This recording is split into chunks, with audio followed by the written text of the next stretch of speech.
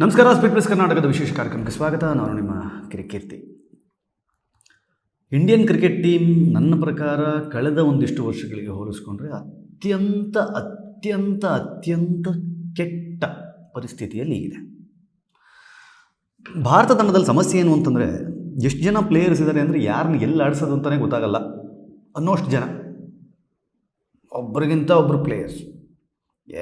ಅಭಿಷೇಕ್ ಶರ್ಮಾ, ಶ್ರೇಯಸ್ ಅಯ್ಯರ್, ಎಲ್ಲ ಒಬ್ರಿಗಿಂತ ಗಿಲ್, ನೀನು ಮಾತಾಡೋಂಗಿಲ್ಲ ಯಾರ ಬಗ್ಗೆ.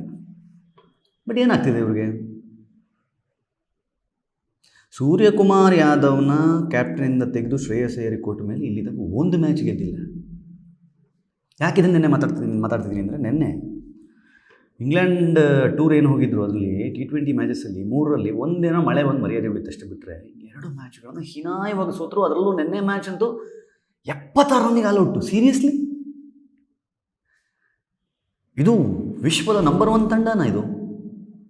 ನಾನು ಅದೇ ನೋಡ್ತಾ ಇದ್ದೆ. ಅವ್ರುಗಳು ಬಿಡಿ 70, 36, 41 ಅವರೆಲ್ಲ ಸ್ಕೋರ್. ಇವ್ರದ್ದು 10, 13, 13, 5, 10, 3, 9, 2, 4, 5. ಇನ್ನೊಂದು 2 ಲಾಸ್ಟಲ್ಲಿ ಒಂದೇ ಒಂದು ಎಕ್ಸ್ಟ್ರಾ ಕೊಟ್ಟಿಲ್ಲ ಅವರು. 76 ಆಲ್ಔಟ್. ಅಭಿಷೇಕ್ ಶರ್ಮಾ 10, ವೈಭವ್ ಸೂರ್ಯವಂಶಿ 13 ಹೈಯೆಸ್ಟು. ಇಶಾನ್ ಕಿಶನ್ 13, ಅದುವೇ ಹೈಯೆಸ್ಟು.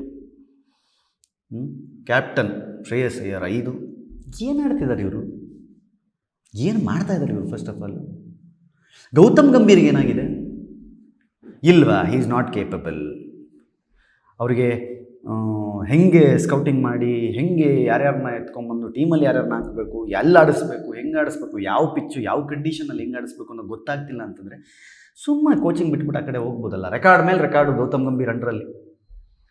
ಚಿನ್ನಸ್ವಾಮಿಯಲ್ಲಿ ಟೆಸ್ಟ್ ಸೋತಿದ್ರಿಂದ ಹಿಡಿದು ಸ್ಕಾಟ್ಲೆಂಡ್ ಹತ್ರ ಹೋಗಿ 2 ಮ್ಯಾಚ್ ಸೋತ್ಕೊಂಡ್ಬರ್ತೀವಿ ಅಂತಂದರೆ ಎಲ್ಲಿಗೆ ಬಂದು ತಲುಪಿದೆ ನೋಡಿ ತಂಡ. ನಗ್ತಾರೆ 100%. ಐರ್ಲ್ಯಾಂಡ್ ಮೇಲೆ ಸೋಲ್ತಾರೆ ಅಂತಂದರೆ ನೀವು ಒಂದ್ಸಲ ಯೋಚನೆ ಮಾಡಿ, ಏನಾಗಿದೆ ಈ ಟೀಮ್ಗೆ? 2 ಮ್ಯಾಚು ಐರ್ಲ್ಯಾಂಡ್ ಮೇಲೆ. ಐರ್ಲ್ಯಾಂಡ್ ಮೇಲೆ ಸೋತವರಿಗೆ ಇಂಗ್ಲೆಂಡ್ ಮೇಲೆ ಸೋಲೋದೇನು ದೊಡ್ಡ ವಿಷಯ ಅಲ್ಲ. ಆದರೆ ನಾನು ಹೇಳ್ತಾ ಇರೋದು, ನಾನು ಇತ್ತೀಚೆಗೆ ಒಂದು ವಿಡಿಯೋನು ಮಾಡಿದ್ದೆ. The worst phase of Indian cricket ನಡೀತಾ ಇದೆ. ಒಂದು ಕಡೆ ವಿಮೆನ್ಸು, ಅವ್ರ ಪಾಪ ಅಲ್ಲಿ ಲೀಗಿಂದ ಹೊರಗಡೆ ಹೆಂಗೆ ಬರ್ತಾರೆ ಅಂತ ಒಂದು ಕ್ವಾರ್ಟರ್ ಫೈನಲ್, ಸೆಮಿಫೈನಲ್ ಬಿಟ್ಟುಬಿಡಿ. ಅದಕ್ಕೆ ಮುಂಚೆನೇ ಎಕ್ಸಿಟ್ ಔಟ್. 7ನೇ ಸಲ ಕಪ್ ಗೆಲ್ತಾರೆ ಆಸ್ಟ್ರೇಲಿಯಾದವರು. ವಿಶ್ವದ ಯಾವುದೇ ಸಂಸ್ಥೆಯು ಕೊಡದಷ್ಟು ದುಡ್ಡು, ಅಷ್ಟು ಏನು ನಿಮಗೆ ಲಕ್ಸುರಿ ಎಲ್ಲ ಕೊಟ್ಟು ಲಾಸ್ಟಲ್ಲಿ ಇದು ಹೋಗಿ ನೀಟಾಗಿ ಹೋಗಿ ಬಂದ್ವಾ, Ireland are you ready to defeat us? Come on, we are ready ಅಂತ ಗಲ್ಲಿ ಕ್ರಿಕೆಟ್ ಆಡ್ತಾ ಇದ್ದಾರೆ ಅವರು. ಯೂಶ್ವಲಿ ನಾನು ಯಾವುದೇ ತಂಡ, ಈಗ ಎಕ್ಸಾಂಪಲ್ ನಾನು ಹೇಳ್ತಾ ಇರೋದು, ಅದು IPLನಲ್ಲಿ ಬೆಂಗಳೂರು ಇರ್ಬೋದು, ರಣಜಿಯಲ್ಲಿ ಕರ್ನಾಟಕ ಇರ್ಬೋದು, ಅಥವಾ ಭಾರತದ ಇಂಟರ್ನ್ಯಾಷನಲ್ಗೆ ಬಂದಾಗ ಭಾರತ ತಂಡ ಇರ್ಬೋದು. ತಂಡ ಸೋತಾಗ ನಾವೊಂದನ್ನೇ ಸೋಲು ಗೆಲುವು ಇದ್ದಿದ್ದೆ ಅನ್ನೋದನ್ನೇ ಮಾತಾಡ್ತೀವಿ. ನಾನು ಅದೇ ಕ್ಯಾಟಗರಿ. ಆದರೆ ಈಗ ಇದೊಂಥರ ಅಸಂಬದ್ಧ ಮತ್ತು ಅಸಹ್ಯ ಕ್ಯಾಟಗರಿಲಿದೆ ಇದೀಗ. ನನ್ನ ಪ್ರಕಾರ ಇವಾಗ ನೆಕ್ಸ್ಟ್ ಟೂರ್ ಬರೀ ಜಿಂಬಾಬ್ವೆ, ಬಾಂಗ್ಲಾದೇಶ, ಕೀನ್ಯಾ ಇವ್ರನ್ನೆಲ್ಲ ಹುಡುಕ್ಬೇಕೀಗ. ಇಂಡಿಯಾ ಜೊತೆಗೆ ಆಡೋದಕ್ಕೆ ಬರ್ರಿ ಅಂತ. ಹಾಗಾಗುತ್ತೆ ಪರಿಸ್ಥಿತಿ. ಯಾಕೆ? ಪ್ಲೇಯರ್ಸ್ ಕೊರತೆ ಇದೆಯಾ? ಇಲ್ಲ, ಪ್ಲೇಯರ್ಸ್ ಎಲ್ಲ ಒಳ್ಳೊಳ್ಳೆ ಪ್ಲೇಯರ್ಸ್. ಹೆಸರುಗಳು ನೋಡ್ರಿ, ಅಭಿಷೇಕ್ ಶರ್ಮಾ, ವೈಭವ್ ಸೂರ್ಯವಂಶಿ IPLನಲ್ಲಿ ಸೂಪರ್ ಡೂಪರ್ ಕಿಂಗ್. ಇಲ್ಲಿ ಯಾಕೆ ಅದು ವರ್ಕ್ ಆಗ್ತಾ ಇಲ್ಲ? ಈ ಪ್ರೆಷರಲ್ಲಿ ಆಡೋಕ್ಕೆ ಯಾಕೆ ಬರ್ತಾ ಇಲ್ಲ? ಇಶಾನ್ ಕಿಶನ್ ಹೈಟ್ ಇಷ್ಟೇ ಇದ್ರೂ ಆಡೋ ಆಟ ನೆಕ್ಸ್ಟ್ ಲೆವೆಲ್ಲು, ಹಂಗೆ ಹಿಂಗೆ. ಇವಾಗ ಯಾಕೆ ಆಗ್ತಿಲ್ಲ? ತಿಲಕ್ ವರ್ಮಾ, ಹರ್ಷಿತ್ ರಾಣಾ ಅಂತೂ ಅದು ಹೆಂಗೆ ಟೀಮ್ ಒಳಗೆ ಬರ್ತಾನೆ ಅಂತಲೇ ಗೊತ್ತಿಲ್ಲ. ಅದು ಮೊನ್ನೆ ಎಲ್ಲ ನೋಡ್ತಾ ಇದ್ದೆ, BCCI ಮೋಸ್ಟ್ ಪವರ್ಫುಲ್ ಪರ್ಸನ್ ಅಂತ. ಅದ್ರಲ್ಲಿ ಫಸ್ಟ್ ಹರ್ಷಿತ್ ರಾಣಾ ಹಾಕಿ, ಅದ್ರ ಕೆಳಗಡೆ ಜೈಶಾ ಫೋಟೋ. ಅವನಲ್ಲಿ ಇದು ಏನು ನೋಡ್ಬಿಟ್ಟಿದಾರೋ ಗೊತ್ತಿಲ್ಲ. ಯಾವ ಮ್ಯಾಚಲ್ಲಿ ಒಂದು ನೋಟಬಲ್ ಪರ್ಫಾರ್ಮೆನ್ಸ್ ಬಂದಿದೆ? ಹೋಗಲಿ, ಟೀಮಲ್ಲಿ ಆಯಿತು, ಹೊಸೊಬ್ಬರು ಬರಬೇಕು, ಹಳಬರಿಗೆ ಬಾಯಿ ಹೇಳಬೇಕು, ಎಲ್ಲ ಸರಿಯೇ. ಬಟ್ ನಿಮಗೆ ಒಂದು ಟೀಮಲ್ಲಿ ಇಡೀ ಟೀಮನ್ನು ಯಾವ ಕಂಡೀಷನಲ್ಲಿ ಹೆಂಗೆ ಆಡಬೇಕು ಅಂತ ಗೊತ್ತಿಲ್ಲದಿರೋ ಒಬ್ಬ ಪ್ಲೇಯರ್ ಇಲ್ಲದೇ ಇದ್ದರೆ ಇಡೀ ಟೀಮಲ್ಲಿ ಹೆಂಗೆ ಮೇಂಟೈನ್ ಮಾಡ್ತೀರಿ? ಹೆಂಗೆ ಹ್ಯಾಂಡಲ್ ಮಾಡ್ತೀರಿ ಟೀಮ್ನ? ಸಕ್ಸಸ್ ಹೆಂಗೆ ಸಿಗುತ್ತೆ? ಗೆಲುವು ಹೆಂಗೆ ಸಿಗುತ್ತೆ ನಿಮಗೆ?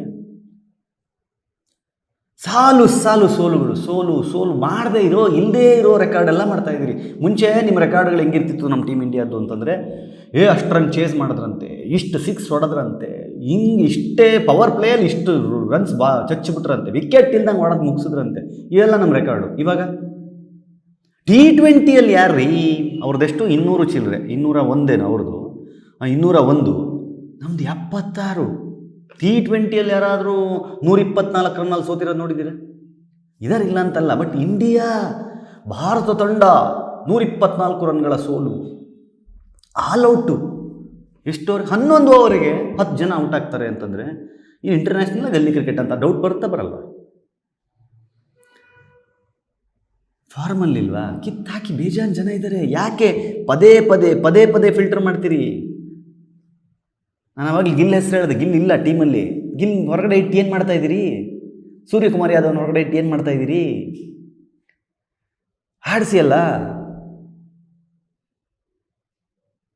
ನನಗೆ ಅದೇ ಹೇಳ್ತೀನಲ್ಲ, ಇಲ್ಲಿ ಕನ್ಫ್ಯೂಸ್ ಆಗೋದು ಯಾಕೆ ಅಂತಂದರೆ, ಸಂಜು ಸ್ಯಾಮ್ಸನ್ ನೋಡಿ, ಲಾಸ್ಟು ವರ್ಲ್ಡ್ ಕಪ್ ಟೈಮಲ್ಲಿ ಅಂಥ ಅದ್ಭುತ ಆಟ, ಆಮೇಲೆ T20 ಟೀಮಲ್ಲೇ ಇಲ್ಲ. ಏನು ಮಾಡ್ತಾಯಿದ್ದೀರಿ? ನಮಗೆ ಸ್ವಾಮಿ ಇಂಡಿಯಾ ಎ, ಇಂಡಿಯಾ ಬಿ, ಅಲ್ಲೊಂದು ಸೀರೀಸ್ ಇಲ್ಲೊಂದು ಸೀರೀಸ್ ಬೇಡ. ಒಂದು ಟೀಮನ್ನು ಪ್ರಾಪರಾಗಿ 11 ಜನ ಆಡೋ ಅಂಥವ್ರನ್ನ ಫಸ್ಟ್ ಕಟ್ಟಿ ಒಂದಿಷ್ಟು ಮ್ಯಾಚ್ಗಳನ್ನು ಗೆಲ್ಲುವ ಹಂತಕ್ಕೆ ಬರೀ ಫಸ್ಟು. ನಾನು ಹೇಳ್ತಾ ಇರೋದು ಇವಾಗ ಟ್ರೋಫಿ ತನಕ ನಾವು ಟಾರ್ಗೆಟ್ ಮಾಡೋದು ಬೇಡ ಯಾವುದನ್ನು. ಒಲಿಂಪಿಕ್ಸ್ ಬರ್ತಾಯಿದೆ ಹತ್ರ, ಅಲ್ಲಿ ಹೋಗ್ಬಿಟ್ಟು ಇವ್ರು ನಾಕೌಟಲ್ಲಿ ಹೊರಗಡೆ ಬಂದುಬಿಡ್ತಾರೆ ಅಂತ ನನಗೆ ಭಯ ಆಗ್ತಿರೋದು ಅದೀಗ.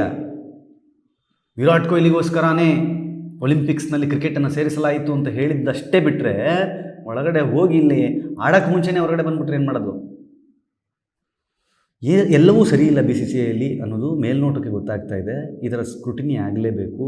ಇದನ್ನು ಇವಾಗ ಬಡ್ದು ರಿಪೇರಿ ಮಾಡದೇ ಇದ್ದರೆ, ಇವಾಗ ಇದಕ್ಕೆ ಟಿಂಕರಿಂಗು ಪೇಂಟಿಂಗು ಮಾಡದೇ ಇದ್ದರೆ, ನನ್ನ ಪ್ರಕಾರ ಹಂತವಾಗಿ ನಂಬರ್ 1 ಸ್ಥಾನದಿಂದ ಇಳ್ಕೊಂಡು ಮತ್ತೆ ವರ್ಲ್ಡ್ ಕಪ್ಪಿಗೆ ಹೋಗಬೇಕು ಅಂತಂದರೆ ಯಾರಾದ್ರ ಮೇಲೆ ಆಡಿ ಗೆದ್ದು ಕ್ವಾಲಿಫೈರಲ್ಲಿ ಹೋಗಬೇಕಾದ ಪರಿಸ್ಥಿತಿ ಬಂದರೂ ಆಶ್ಚರ್ಯ ಇಲ್ಲ. ನಿಮಗೇನು ಅನಿಸುತ್ತೆ ಇಂಡಿಯಾದ ಈಗಿನ ಕ್ರಿಕೆಟ್ ಪ್ರದರ್ಶನದ ಬಗ್ಗೆ? ಕಮೆಂಟ್ ಮಾಡಿ ಹೇಳಿ. ನೋಡ್ತಾ ಇರಿ ಸ್ಪೀಕ್ಲೆಸ್ ಕರ್ನಾಟಕ. ಇದು ನಿಮ್ಮಿಂದ ನಿಮಗಾಗಿ, ನಿಮಗೋಸ್ಕರ ಮತ್ತೆ ಸಿಗ್ತೀನಿ. ನಮಸ್ಕಾರ.